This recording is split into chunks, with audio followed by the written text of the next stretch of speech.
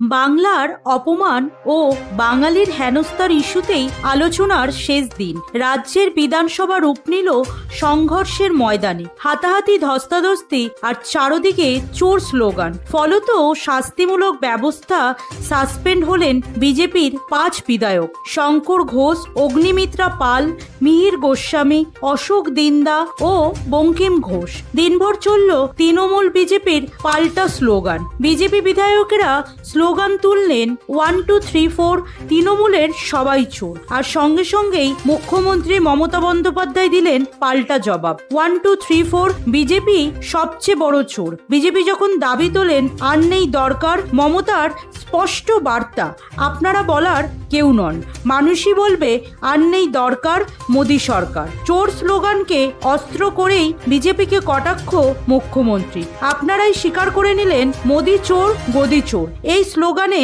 পাল্টা স্লোগান। সংঘর্ষে বিধানসভা কক্ষ পরিণত হলো অরাজকতায়। স্পিকারের কড়া পদক্ষেপ, সাসপেন্ড 5 বিজেপি বিধায়ক। বিশেষজ্ঞদের মতে বাংলার রাজনীতিতে এ এক অভূতপূর্ব ও নজিরবিহীন ঘটনা।